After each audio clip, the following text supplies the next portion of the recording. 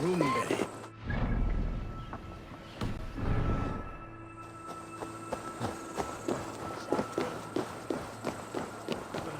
Otter an is Otter Otter.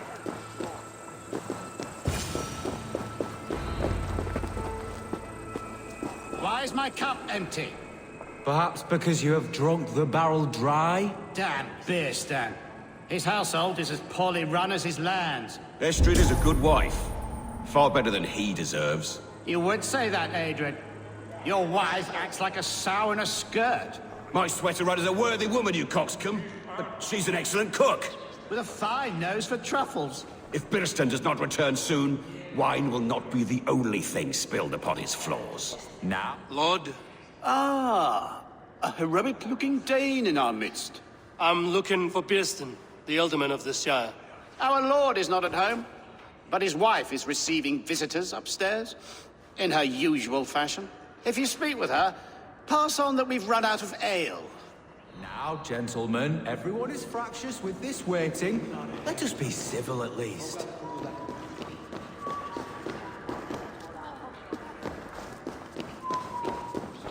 It's a broad one. Half as Yahoo.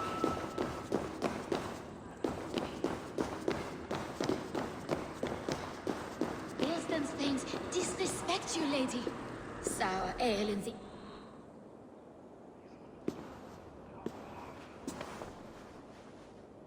You! Gods will come at one cry from me!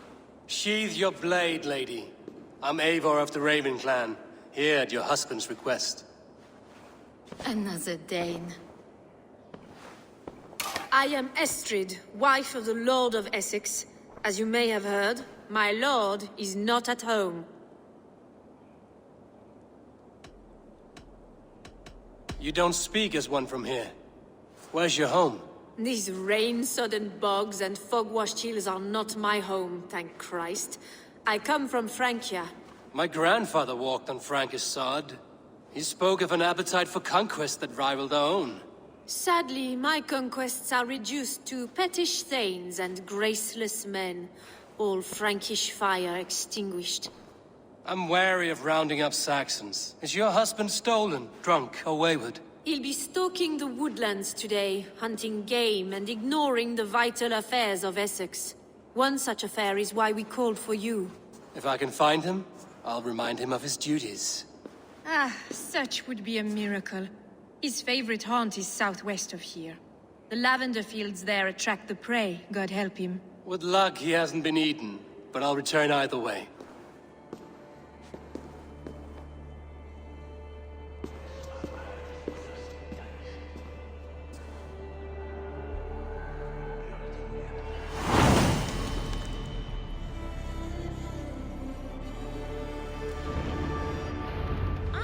Patience is a godly virtue, Adred. Even the saints were tired of waiting for Birstan to hang up his bow. Dear Estrid, we must discuss the affairs of this land, with or without him.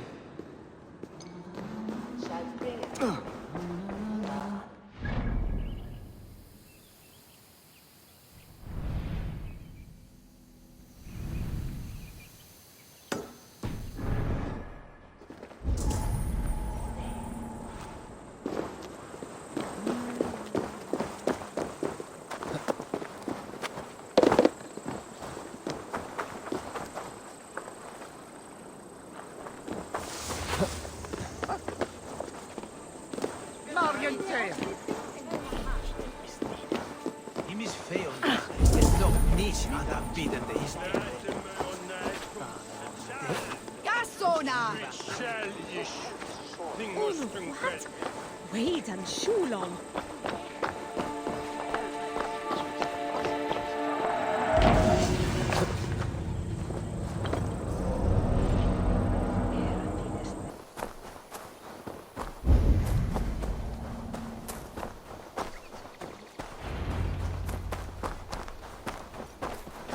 Birston? Ready your weapon, or accept your fate as a feast for bears. Do not let them charge you.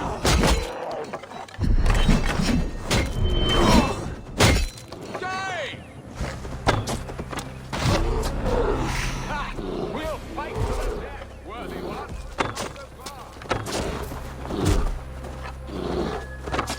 Ah, your weapon strikes true.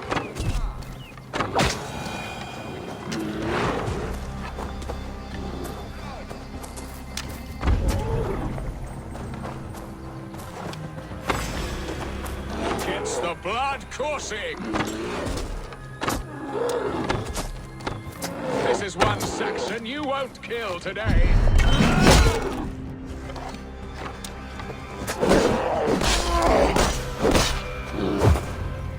Fort, friend.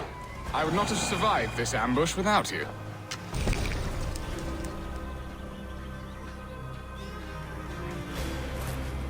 You have my gratitude to stumble upon me in my moment of greatest peril. Perhaps you were God-sent. I'm Estrid sent. Your wife and the Thanes of Essex both want your balls on a blacksmith's anvil. When do they not? You could return and report that the savage Claw took me. Poor Beerstan, his exit pursued by a bear. And make the beast Lord of Essex in your stead. No doubt my Estrid would prefer his velvet paws to my calloused hands. So, who are you? A sellsword?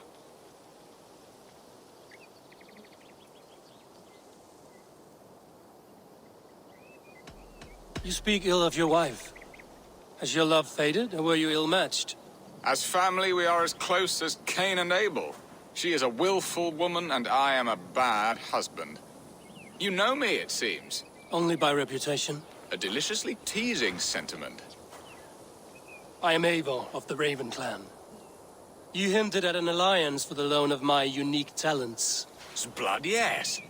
Let us return to Colchester at once, and we'll speak more of the delicate matter on my mind. I'm glad you answered my summons. I did not expect such a skilled fighter. It's good I came when I did. You lost many men on this hunt. Good men, all. We cared for you. Your people sacrificed much for your sport. They did. There is no balm for my tortured heart. Why did you ask me here? Do you believe in true love, Eivor? I have loved. But have you truly? Has a longing burned in your breast, a sweet lingering pain, paralyzing you with its sting?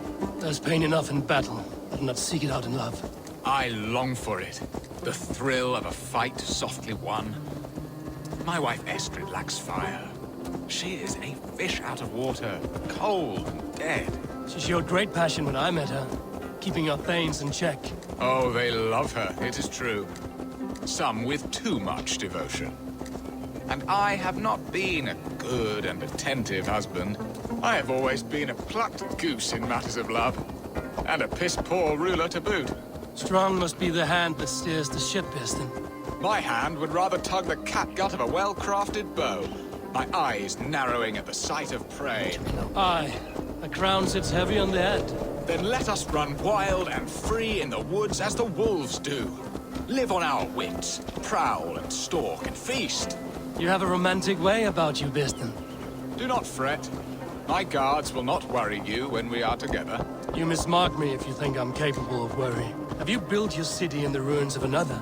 No, these builders are lost to the annals of time. Far advanced of the Saxon hovels of wattle and daub. I have ambition to build a great palace myself, with mosaics and balmy courtyards. What stops you? That which stops all but the most creative minds. Coin, imagination, talent. And your people? Is Essex happy? That is a question I never really ponder. I suppose they are. I hope they are. Alfred believes I rule like a chickless hen, flapping and squawking over nothing but the farmer's dinner. He interferes? No, he disapproves. Is that not infinitely worse? But look, we are nearing my hall. I must face the wolves at my door before we discuss your favor to Essex, Eivor. It may be I can speed your business along.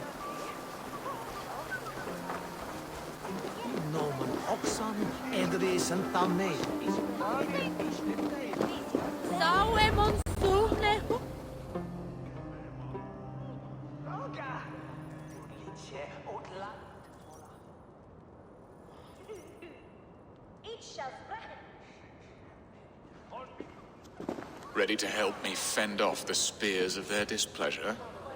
Let them speak their woes. I'll advise you if I can. Who is this owl, Bearston, that twitters in your ear? An advisor, nothing more. Here to help Essex navigate her brewing storms. Now, my dear brethren, Adrid, perhaps you will start us off. What troubles you? You're a disgrace, Beerstan. Couldn't get a sow pissed in an alehouse. Alfred's men are crawling all over Essex. King Alfred, yes. Though it is within his right, the constant presence of his men is certainly an issue.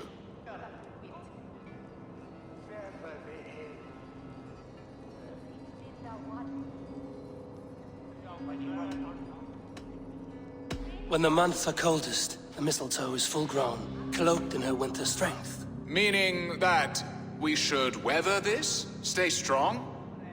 Yes, that's it. Not bend in the wind like stalks of wheat. And you, Wyatt, what do you say?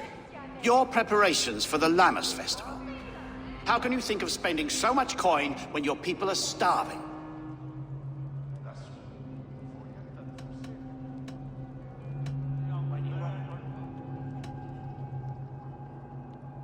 He should put his own ham fist in his purse and contribute coin to the festival. Yes, you worry about the cost of such a festival, one that thanks God for our great harvest. Contribute your own coin, then. And Aldrich, do you yap like a she-hound as Adrid does? You know my thoughts, Bearston. The field.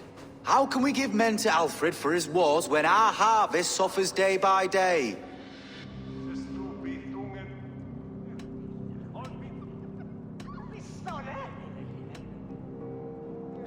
Do they not defend your land? You'll need all the men you can muster to fight the coming wars. The Danes are a great threat when provoked. Those we cannot ally with, we must fight or lose our lands. There! Have I not answered all your questions? You are a stain on this shire, Bearstan. Useless. Useless. That's right. Yet still you haunt my hall. Be gone! I haven't time for your squabbling.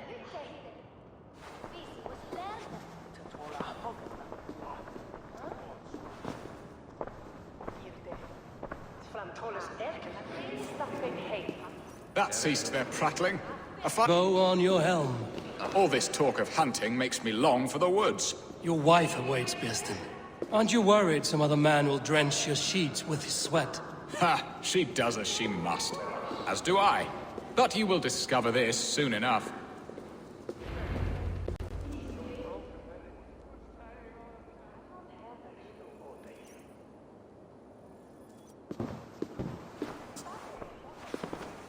You have done the impossible, Dane. Returned my errant gander to his coop. My pettish love. Such a stormy countenance clouds the sun of my return. Your thanes drank the ale the abbot gifted us. All of it. Now that is a tragedy my heart will not easily overcome. If he looked at me with the same affection he shows for hunting deer, our marriage might have survived.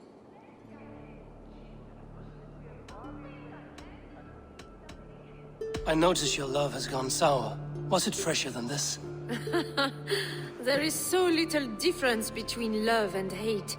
It's difficult to say where the sourness comes from. So, what do you need of me? Our affairs are more of heart than of state, Eivor. What little passion there was between us faded into bickering long ago. We would have our freedom, Eivor. I from my wife, and my wife from Essex. I'm too sharp a weapon for so soft a task. Why not part and be done with it? Oh, were I a Dane, and divorce as simple as a slit throat. But it's not so easy as that.